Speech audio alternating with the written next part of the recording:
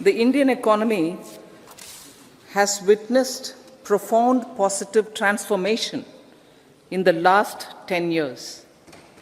The people of India are looking ahead to the future with hope and optimism.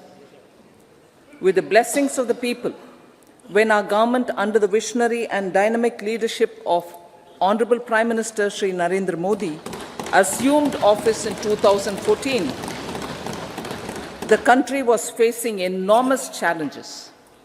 With Sabka Saath, Sabka Vikas as its mantra, the government overcame those challenges in right earnest. Structural reforms were undertaken. Pro-people programs were formulated and implemented promptly. Conditions were created for more opportunities for employment and entrepreneurship. The economy got a new vigor. The fruits of development started reaching the people at scale. The country got a new sense of purpose and hope. Naturally, the people blessed the government with a bigger mandate. In the second term, our government, under the leadership of Honorable Prime Minister, doubled down on its responsibilities to build a prosperous country with comprehensive development of all people and all regions. Our government strengthened its mantra to Sabka Saath, Sabka Vikas, and Sabka Vishwas. Our development philosophy covered all elements of inclusivity, namely social inclusivity through coverage of all strata of the society, and geographical inclusivity through development of all regions of the country. With the whole of nation approach of Sabka Prayas, the country overcame the challenges of once-in-a-century pandemic, took long strides towards Atmanirbhar Bharat, committed to Panch Pran, and laid solid foundations for the Amrit Kal.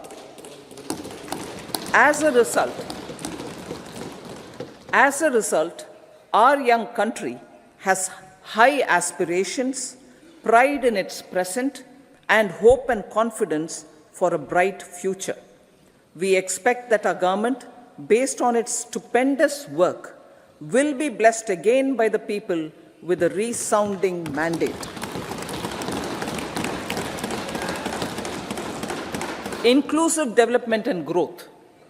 Our humane and inclusive approach to development is a marked and deliberate departure from the earlier approach of provisioning up to village level. Development programs were thus provisioned. In the last 10 years, however, have targeted each and every household and individual through housing for all, Har Ghar Jal, electricity for all, cooking gas for all, bank accounts and financial services for all in record time. The worries about food have been eliminated through free ration for 80 crore people. Minimum support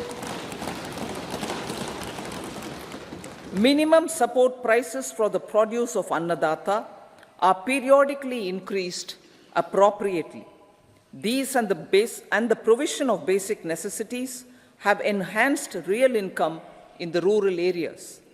Their economic needs could be addressed, thus spurring growth and generating jobs. Social justice. Our government is working with an approach to development that is all-round, all-pervasive, and all-inclusive. Sarvangin, Sarvasparshi, or Sarvasamaveshi.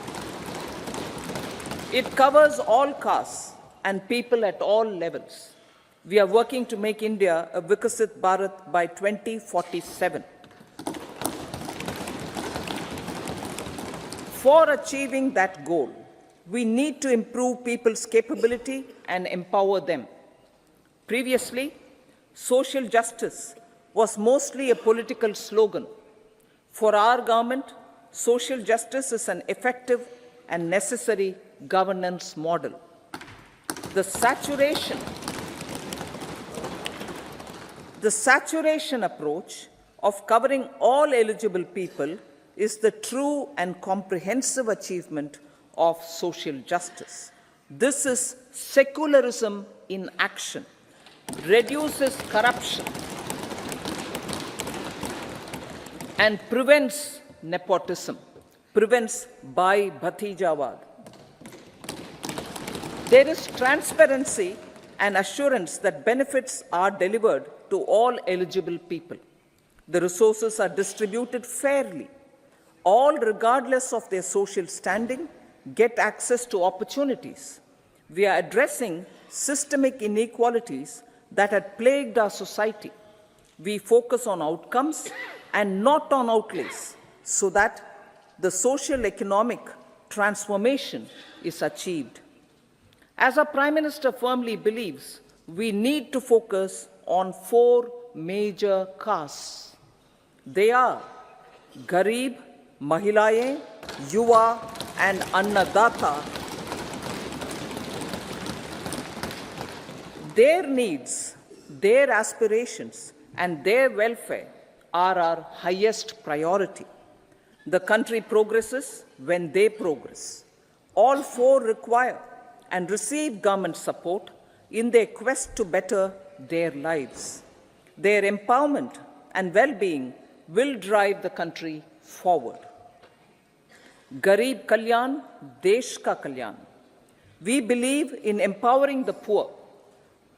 The earlier approach of tackling poverty through entitlements had resulted in very modest outcomes.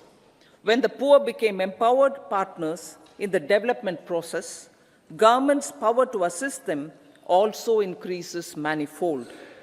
With the pursuit of Sabka Saath, in these 10 years, the government has assisted 25 crore people to get freedom from multi-dimensional poverty. Our government's efforts are now getting synergized with energy and passion of such empowered people. This is truly elevating them from poverty. Direct benefit transfer of 34 lakh crore rupees from the government using PM Jan Dhan accounts has led to savings of 2.7 lakh crores of rupees for the government. This savings has been realized through avoidance of leakages prevalent earlier. The savings have helped in providing more funds for Garib Kalyan. PM Swanidhi has provided credit assistance to 78 lakh street vendors. From that total of 78 lakh street vendors, 2.3 lakh have received credit for the 3rd time. PM Janman Yojana reaches out to the particularly vulnerable tribal groups who have remained outside the realm of development so far. PM Vishwakarma Yojana provides end-to-end support to artisans and craftspeople engaged in 18 trades. The schemes for empowerment of Divyangs and transgender persons reflect firm resolve of our government to leave no one behind. Welfare of Annadata. Farmers are our Annadata. Every year under PM Kisan Samman Yojana, direct financial assistance is provided to 11.8 crore farmers, including marginal and small farmers. Crop insurance is given to 4 crore farmers under PM Fasal Bima Yojana. These, besides several other programs, are assisting Annadata in producing food for the country and for the world. Electronic National Agricultural Market has integrated 1,361 mandis and is providing services to 1.8 crore farmers with trading volume of 3 lakh crores of rupees. The sector is poised for inclusive, balanced, higher growth and productivity.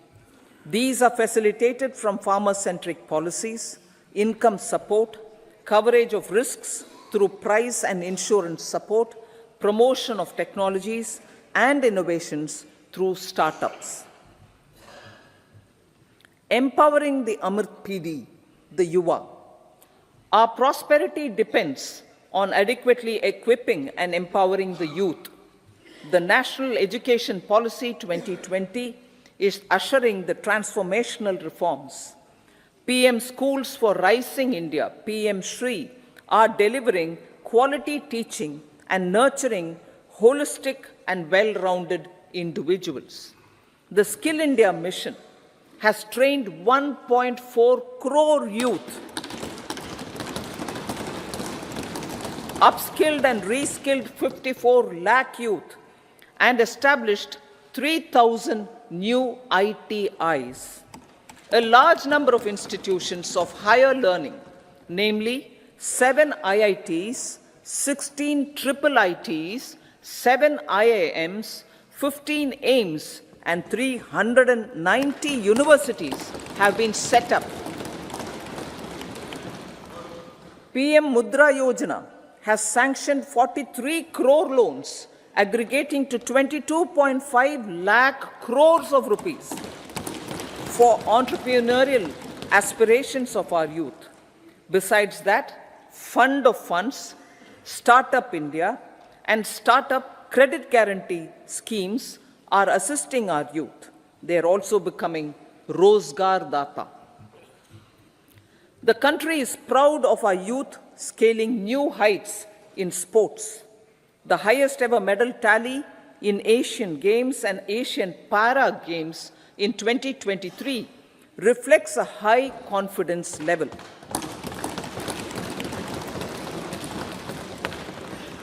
Chess prodigy and our #1 ranked player Pragnananda put up a stiff fight against the reigning world champion Magnus Carlsen in 2023.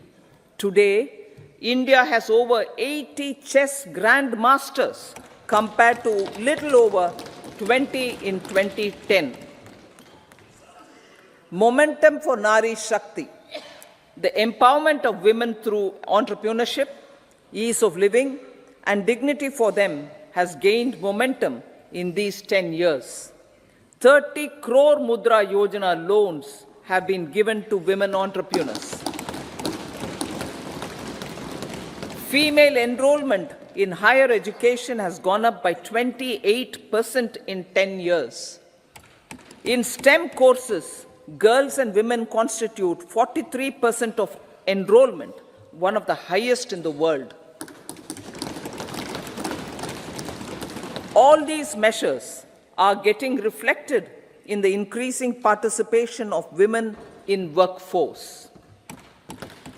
Making triple talaq illegal, reservation of 1/3 seats for women in the Lok Sabha and state assemblies, and giving over 70% houses under PM Awas Yojana in rural areas to women, and giving over 70% houses under PM Awas Yojana in rural areas to women as sole or joint owners have enhanced their dignity. Exemplary track record of governance, development, and performance.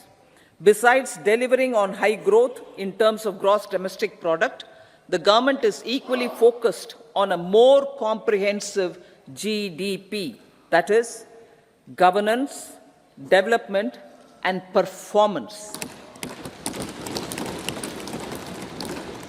Our government has provided transparent, accountable, people-centric, and prompt, trust-based administration with citizen-first and minimum government, maximum governance approach. The impact of all-round development is discernible in all sectors. There is macroeconomic stability, including in the external sector. Investments are robust. The economy is doing well. People are living better and earning better, with even greater aspirations for future. Average real income of the people has increased by 50%. Inflation is moderate. People are getting empowered, equipped, and enabled to pursue their aspirations. There is effective and timely delivery of programs and of large projects. Economic management. The multi-pronged economic management over the past 10 years has complemented people-centric, inclusive development. Following are some of the major elements. 1. All forms of infrastructure, physical, digital, or social, are being built in record time.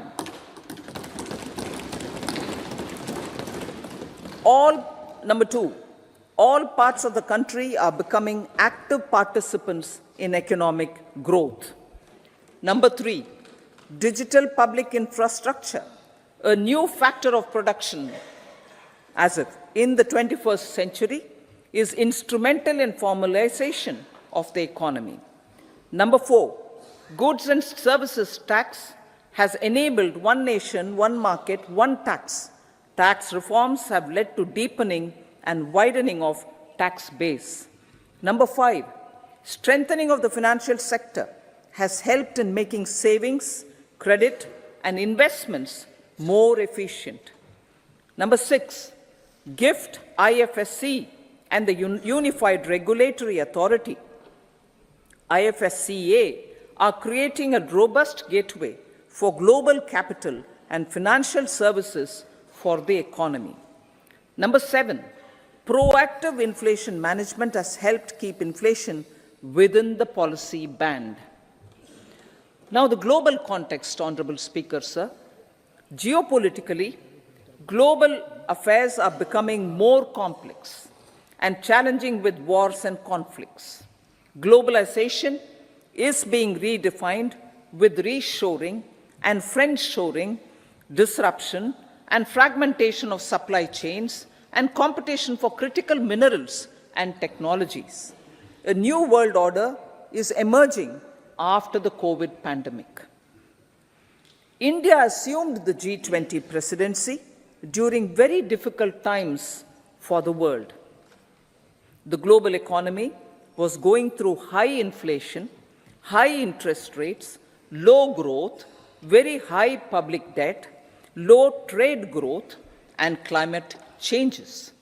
The pandemic has led to a crisis of food, fertilizer, fuel, and finances for the world, while India successfully navigated its way. The country showed the way forward and built consensus on solutions for those global problems. The recently announced India-Middle East-Europe economic corridor is a strategic and economic game changer for India and others. In the words of Honorable Prime Minister, the corridor, and I quote, will become the basis of world trade for hundreds of years to come, and history will remember that this corridor was initiated on Indian soil, unquote. Vision for Vikasit Bharat. Our vision for Vikasit Bharat is that of prosperous Bharat in harmony with nature, with modern infrastructure, and providing opportunities for all citizens and all regions to reach their potential. With confidence arising from strong and exemplary track record of performance and progress, earning Sabka Vishwas, the next 5 years will be years of unprecedented development and golden moments to realize the dream of developed India by 2047. The trinity of demography, democracy, and diversity backed by Sabka Prayas has the potential to fulfill aspirations of every Indian. As Honorable Prime Minister in his Independence Day address to the nation mentioned, I quote, "There is no dearth of opportunities, as many opportunities as we want. The country is capable of creating more opportunities. Sky is the limit," unquote. Strategy for Amrit Kal. Our government will adopt economic policies that foster and sustain growth, facilitate inclusive and sustainable development, improve productivity, create opportunities for all, help them enhance their capabilities, and contribute to generation of resources to power investments and fulfill aspirations. Guided by the principle, reform, perform, and transform, the government will take up next generation reforms and build consensus with the states and stakeholders for effective implementation. It is an important policy priority for our government to ensure timely and adequate finances, relevant technologies, and appropriate training for the micro, small, and medium enterprises, MSMEs, to grow and also compete globally. Orienting the regulatory environment to facilitate their growth will be an important element of this policy mix. Aligning with the Panchamrit goals, our government will facilitate sustaining high and more resource-efficient economic growth. This will work towards energy security in terms of availability, accessibility, and affordability. For meeting the investment needs, our government will prepare the financial sector in terms of size, capacity, skills, and regulatory framework. Aspirational Districts Program. Our government stands ready to assist the states in faster development of aspirational districts and blocks, including generation of ample economic opportunities. Development of the East. Our government will pay utmost attention to make the eastern region and its people a powerful driver of India's growth. PM Awas Yojana Gramin. Despite the challenges due to COVID, implementation of PM Awas Yojana Gramin continued, and we are close to achieving the target of 3 crore houses. 2 crore more houses will be taken up in the next 5 years to meet the requirement arising from increase in the number of families. Rooftop solarization and Muft Bijli. Through rooftop solarization, 1 crore households will be enabled to obtain up to 300 units free electricity every month. This scheme follows the resolve of Honorable Prime Minister on the historic day of consecration of Sri Ram Mandir in Ayodhya. Following benefits are expected. Savings up to 15 to 18,000 rupees annually for households from free solar electricity and selling the surplus to the distribution companies. Charging of electric vehicles. Entrepreneurship opportunities for a large number of vendors for supply and installation. Employment opportunities for the youth with technical skills in manufacturing, installation, and maintenance. Housing for middle class. Our government will launch a scheme to help deserving sections of the middle class, and I quote from Honorable Prime Minister's words, living in rented houses or slums or chawls and unauthorized colonies, unquote, to buy or build their own houses.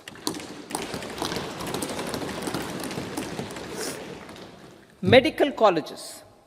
Several youth are ambitious to get qualified as doctors. They aim to serve our people through improved healthcare services. Our government plans to set up more medical colleges by utilizing the existing hospital infrastructure under various departments. A committee for this purpose will be set up to examine the issues and make relevant recommendations. Cervical cancer vaccination.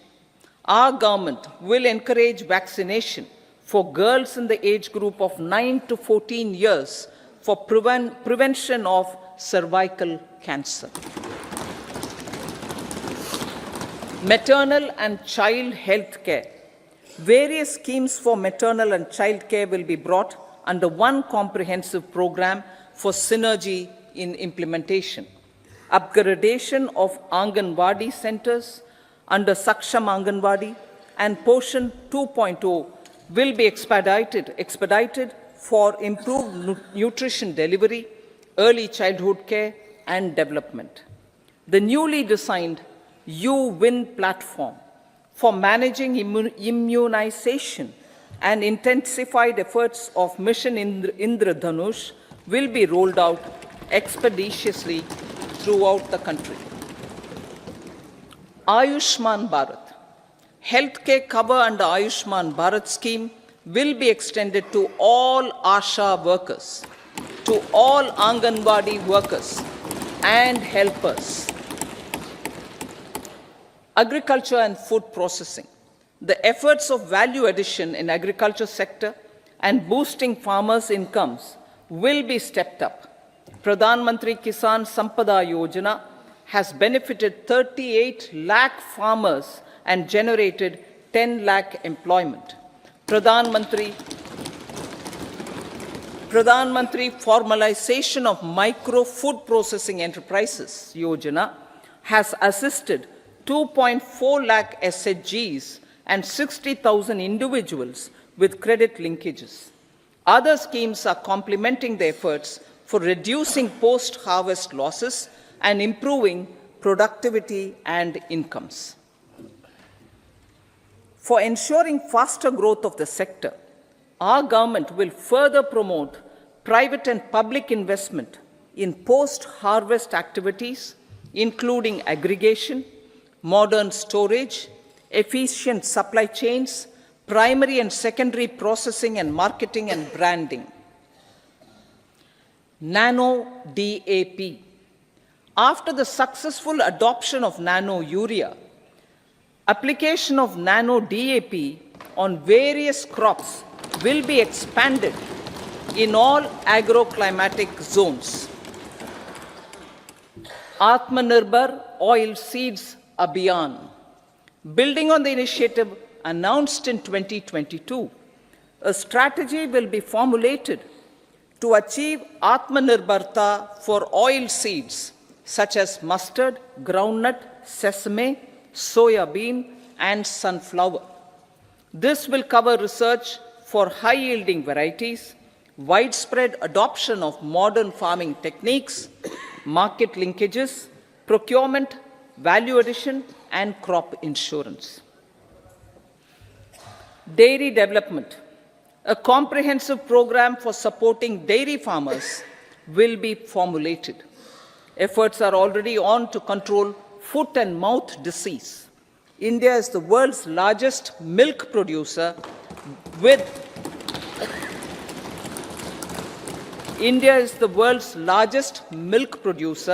but with low productivity of milch animals. The program will be built on the success of existing schemes such as Rashtriya Gokul Mission, National Livestock Mission, and infrastructure development funds for dairy processing and animal husbandry. Matsya Sampada. It was a government which set up a separate department for fisheries, realizing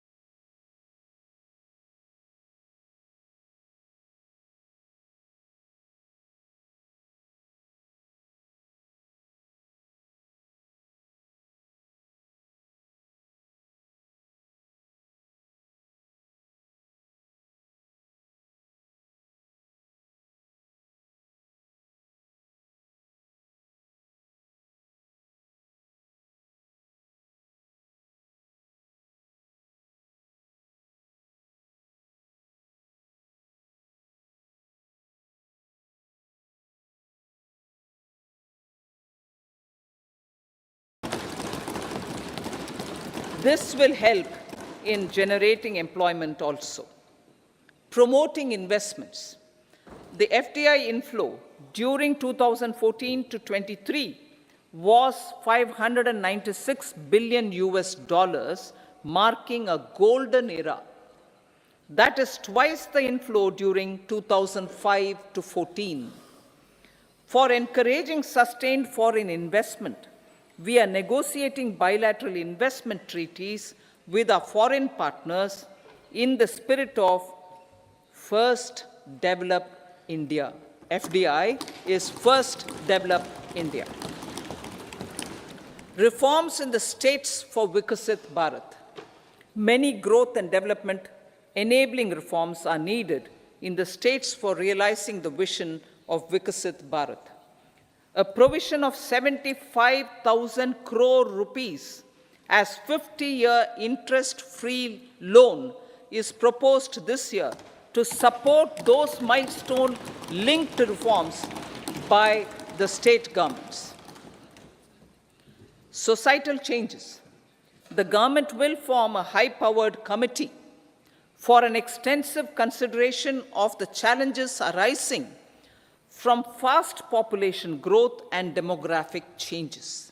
The committee will be mandated to make recommendations for addressing these challenges comprehensively in relation to the goal of Vikasit Bharat. Amrit Kal as Kartavya Kal. Our government stands committed to strengthening and expanding the economy with high growth and to create conditions for people to realize their aspirations. Honorable Prime Minister, in his Independence Day address to the nation in the 75th year of our Republic, said, and I quote, "We commit ourselves to national development with new inspirations, new consciousness, new resolutions as the country opens up immense possibilities and opportunities. It is our Kartavya Kal." Unquote. Every challenge of the pre-2014 era was overcome through our economic management and our governance. These have placed the country on a resolute path of sustained high growth. This has been possible through right policies, true intentions, and appropriate decisions. In the full budget in July, Honorable Speaker, our government will present a detailed roadmap for our pursuit of Vikasit Bharat.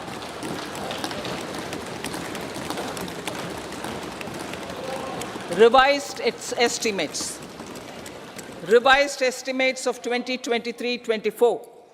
The revised estimate of the total receipts other than borrowings is 27.56 lakh crores of rupees, of which the tax receipts are 23.24 lakh crore rupees. The revised estimate of total expenditure is 44.90 lakh crore rupees. The revenue receipts at 30.3 lakh crore rupees are expected to be higher than the budget estimate, reflecting strong growth momentum and formalization in the economy. The revised estimate of the fiscal deficit is 5.8% of GDP, improving on the budget estimate, notwithstanding moderation in the nominal growth estimates. Budget estimates for 2024-25. Coming to the year 2024-25, the total receipts other than borrowings and total expenditure are estimated at 30.80 and 47.66 lakh crore rupees respectively. The tax receipts are estimated at 26.02 lakh crore rupees. The scheme of 50-year interest-free loan for capital expenditure to states will be continued this year with an outlay of 1.3 lakh crore rupees. We continue on the path of fiscal consolidation, as announced in my budget speech of 2021-22, to reduce fiscal deficit below 4.5% by 25-26. The fiscal deficit in 2024-25 is estimated to be 5.1% of GDP, adhering to that path. So the gross and net market borrowings through dated securities during 24-25 are estimated at 14.13 lakh crore rupees and 11.75 lakh crore respectively. Both will be less than that in 23-24. Now that the private investments are happening at scale, the lower borrowings by the central government will facilitate larger availability of credit for the private sector. Vote on account. I'll be seeking vote on account approval of the Parliament through the appropriation bill for a part of the financial year 2024-25. I will now move to Part B. Honorable Speaker, sir, over the last 10 years, the direct tax collections have more than trebled and the return filers swelled 2.4 times. I would like to assure the taxpayers that their contributions have been used wisely for the development of the country and welfare of its people. I appreciate the taxpayers for their continued support. The government has reduced and rationalized tax rates. Under the new tax scheme, there is now no tax liability for taxpayers with income up to 7 lakh rupees, up from 2.2 lakh rupees in the financial year 2013-14. The threshold for presumptive taxation for retail businesses was increased from 2 crores to 3 crores. Similarly, the threshold for professionals eligible for presumptive taxation was increased from 50 lakh rupees to 75 lakh rupees. Also, corporate tax rate was decreased from 30% to 22% for existing domestic companies and to 15% for certain new manufacturing companies. Honorable Speaker, sir, in the last 5 years, our focus has been to improve taxpayer services. The age-old jurisdiction-based assessment system was transformed with the introduction of faceless assessment and appeal, thereby imparting greater efficiency, transparency, and accountability. Introduction of updated income tax returns, a new Form 26AS, and pre-filling of tax returns have made filing of tax returns simpler and easier. Average processing time of returns has been reduced from 93 days in the year 2013-14 to a mere 10 days this year, thereby making refunds faster. Indirect taxation. By unifying the highly fragmented indirect tax regime in India, the GST has reduced the compliance burden on trade and industry. The industry has acknowledged the benefits of GST. According to a recent survey conducted by a leading consulting firm, 94% of industry leaders view the transition to GST as largely positive. According to 80% of the respondents, it has led to supply chain optimization, as elimination of tax arbitrage and octroi has resulted in disbanding of checkposts at the state and city boundaries. At the same time, tax base of GST more than doubled, and the average monthly gross GST collection has almost doubled to 1.66 lakh crores this year. States too have benefited. States' SGST revenue, including compensation released to states in the post-GST period of 2017-18 to 2022-23, has achieved a buoyancy of 1.22. In contrast, the tax buoyancy of state revenues from subsumed taxes in the pre-GST 4-year period of 2012-13 to 2015-16 was a mere 0.72. The biggest beneficiaries are consumers, as reduction in logistic cost and taxes have brought down prices of most goods and services. We have taken a number of steps in customs to facilitate international trade.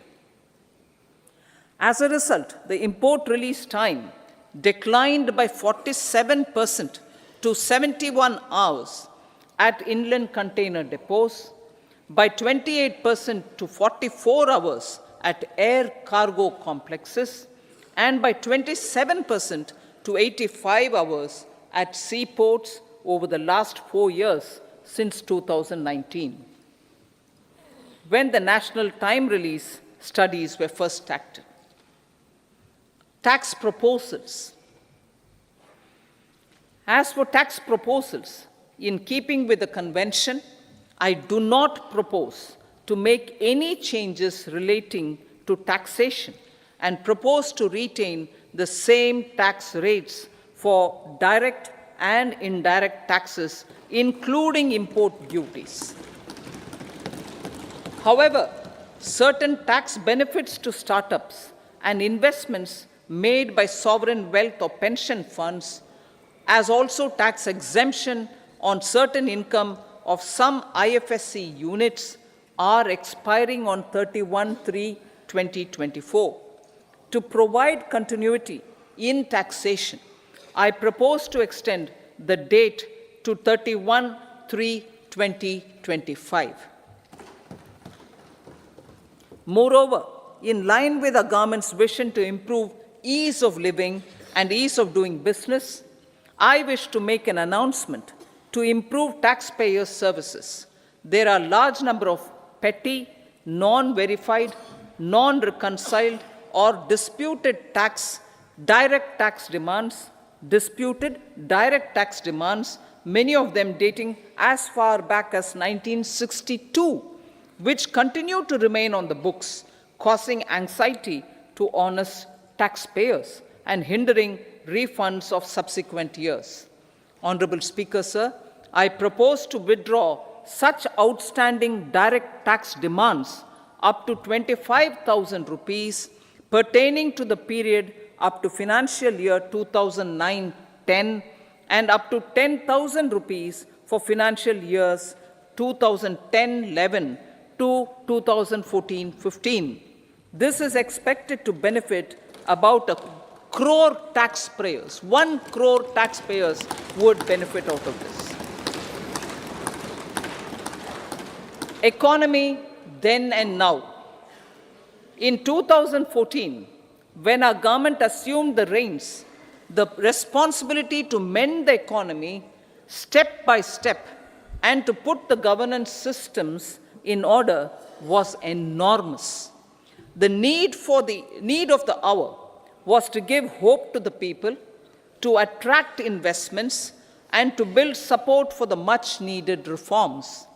The government did that successfully, following a strong belief of nation first. The crisis of those years has been overcome, and the economy has been put firmly on a high, sustainable growth path with all-round development. It is now appropriate to look at where we were then.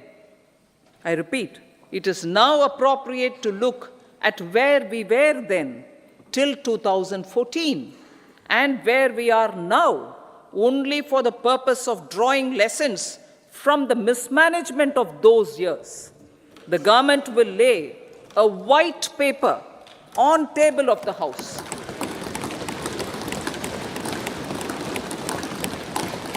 The exemplary track record of governance, development, and performance, effective delivery, and Jan Kalyan has given the government trust, confidence, and blessings of the people to realize whatever it takes, the goal of Vikasit Bharat, with good intentions, true dedication, and hard work in the coming years and decades. With this, Honorable Speaker, I commend the interim budget to this august House. Jai Hind.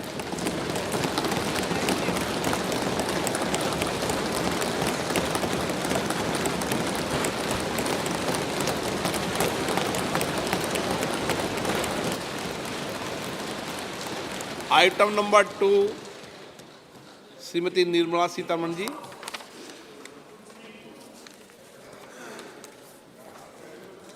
So, with your permission, I rise to lay on the table the following statements under Section 3(1) of the Fiscal Responsibility and Budget Management Act 2003, Medium-Term Fiscal Policy cum Fiscal Policy Strategy Statement and Macroeconomic Framework Statement.